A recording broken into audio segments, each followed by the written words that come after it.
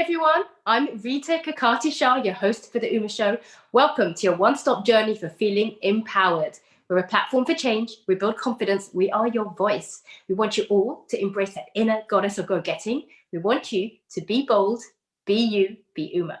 Today, we're exploring enterprising women, and I'm so excited to be joined by our goddess of go-getting, Sehreen Noor Ali, who is joining us from New York City, and she is a tech executive and founder of Sleuth.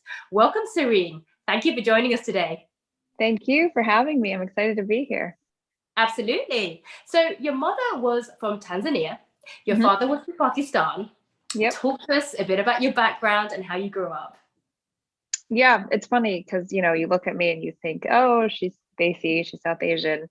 But what we don't see is that my parents come from two different backgrounds. So my dad's from Karachi. My mom grew up in a town actually near Mount Kilimanjaro called Moshi. So it's a town that most people go through to get to Kilimanjaro. And they met in Canada. So, the immigration patterns of a lot of East African, South Asians, they went to Canada. My dad was in Canada, and they're from the same faith community. So my family is Ismaili Muslim, and they met doing voluntary work there. But it's kind of weird because, some people grow up speaking their native tongue. I didn't.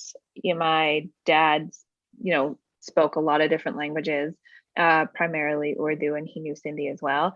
And my mom spoke Kutchi and Gujarati. So they're common, even though there was overlap between Sindhi and Kutchi, like quite a bit of overlap, we grew up speaking English. So, I kind of find it hard to participate in different groups because there are differences, like being a diasporic community in East Africa or coming from, the original country. And so a lot of things made sense to me and a lot of things didn't. And so people are like, well, this is what like Pakistanis do, or this is what East Africans do. And it's like, well, okay, not me. So it felt like always like in between spaces. Interesting how you describe that, because a lot of people take that for granted, that you might be brought up by two different sort of upbringings. So in a way, you're exposed to many different cultures, but at the same time, you're thinking, well, where do I quite belong? And it's interesting the way you actually describe that. So across all specifically South Asian cultures, education is a topic that generally plays an important part. So you went to Brown and then Harvard. Can you talk to us a little bit about the importance of education for you and how that influenced your career choices? Yeah, I mean, it was hugely important. Going back to my parents, that's the only thing they really emphasized was working hard at school. And we're a new immigrant community to the US, and it was really important that as a community, we established ourselves, and education was the most important, and, working as hard as you can. And I think that is obviously still true. I think what I'm seeing is a change in name brand versus not name brand.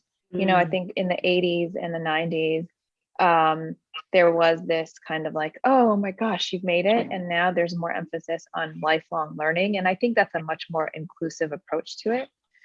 I think that looking back on my education, I wasn't very directed. So I don't come from a family where everyone's like scientists and doctors. My parents were very focused on just kind of generally exposing us to what we wanted to do, especially my dad. Because he had an untraditional career, because he worked in international development. And so it was, well, just do the best that you want, like explore, make sure that you're exposing yourself to different things. And for a while, it was kind of confusing because so many of my friends were, focused on becoming a lawyer or a doctor. And I was like, so I'm just going to travel for a long time. But sitting where I am now, I'm really, really grateful. Like I 100% see how my maybe untraditional choices in terms of what I studied and what I did in between school helped me get here. And there is no way to have foreseen that. It only makes sense reading it backwards. Thank you for sharing that. It's amazing, isn't it? Your career paths and the influences that actually structure your outlook later on in life. So you actually went on to working at the US Department of State. So talk to us about your role there. Yeah, so I wanted to go into something that had an international aspect to it, because that was really important to me. I traveled a lot during grad school. I focused on Muslim majority countries, really trying to fight a narrative of what I thought. I often feel like in the so-called West, we use broad brushes to paint different countries. And take a country even like India or Pakistan, there's just so much diversity. And I think that diversity isn't always known to other audiences. And so going to the State Department was great because I worked on South Asia, Middle East, and it was at the start of technology, like when technology tools were really starting to connect people socially. And so I led a team that was using digital tools to connect people in the US with Iranian citizens. And so that was kind of exciting because politically that relationship had always been a little bit tense. And we got to actually connect people to people. So it wasn't diplomats to diplomats, it wasn't government to government. It was like citizens like you and me to citizens in Iran. And then in 2009, President Obama made the famous Cairo speech. And people say that he was resetting relationships with the Muslim world, which I think is a weird phrase, but that's a whole different story. And I got to work on the programs related to that. So things related to innovation and entrepreneurship. I traveled a lot with the White House to actually go on what we called like listening tours to see where we could really add value to what some of the communities were doing in those countries. So it was really fun. Sounds really inspiring, actually, just doing that and meeting these different communities actually on a ground level basis. So how did that experience lead to the founding of your own business? That's quite a transition. It's a huge transition. My husband and I met in London, and we were, dating for a while before he moved to New York. So after we got married, I moved from DC to New York. And at that point, I actually really wanted a career transition as well. And so I had set my eyes on education and for-profit education. It was very clear to me that I wanted to be in a for-profit model. I had gone from a public service model, and I wanted to see, how do you make impact in a for-profit structure?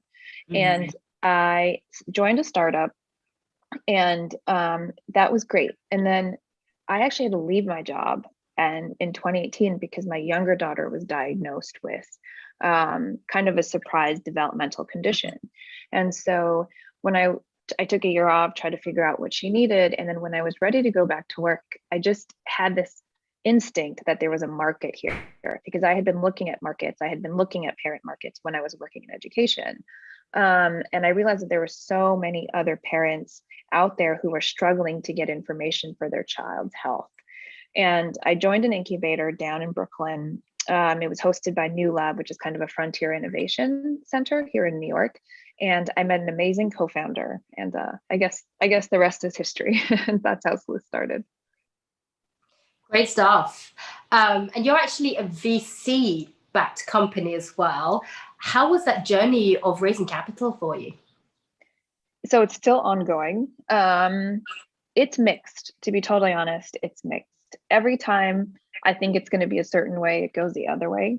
So the first pre-seed capital that we got was a really fun experience, because it was either going to make us or break us. Because Alex and I met at this incubator, and we had this idea, and at that point, it's just an idea. And the VCs and the program that we were working in, they really believed in this market. They really believed. At that point, they're investing in the pair, right, in the founding team, and we are considered to be a very strong founding team. And I think part of it, honestly, aside from our very complementary skill sets, which is that I do kind of BD sales, outward facing things, and Alex, who's also very good at that, also has exceptional product vision, right? So we can both play in each world, but like we're each exceptionally good at what we do. But also we're almost 40. And that makes a difference. I couldn't have done this 10 years ago for a lot of reasons. And one is that the experience that I bring now that I got from my early 30s to now is critical in our path. And in terms of fundraising, it is a journey. It's hard. I pitched to VCs. There are a lot of people who believe in it and totally get it. And then there are some people who are like, children's health? Like, really? Is that really a problem? Like, you just go to your primary care physician and you get all the answers. And you and I know that's not true at all. And for good reason. I totally understand why primary care works that way, but you're constantly selling. But you have to sell and get to the right person, and then they buy your vision. And then it's, are they investing in the stage that you're at? Right. So there's all these different factors that go into securing funding. So it can be fairly complex.